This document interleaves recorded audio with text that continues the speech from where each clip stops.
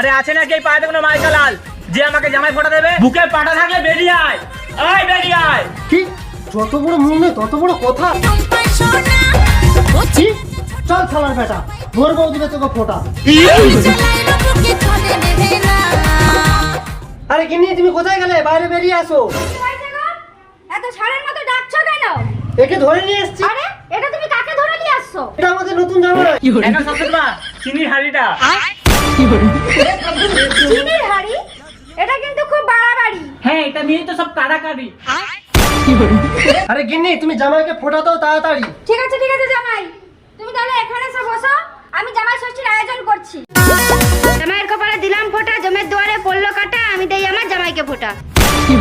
আরে শাশুড়ি মা তুমি জামাই ফোঁটা দিচ্ছ না ভাই ফোঁটা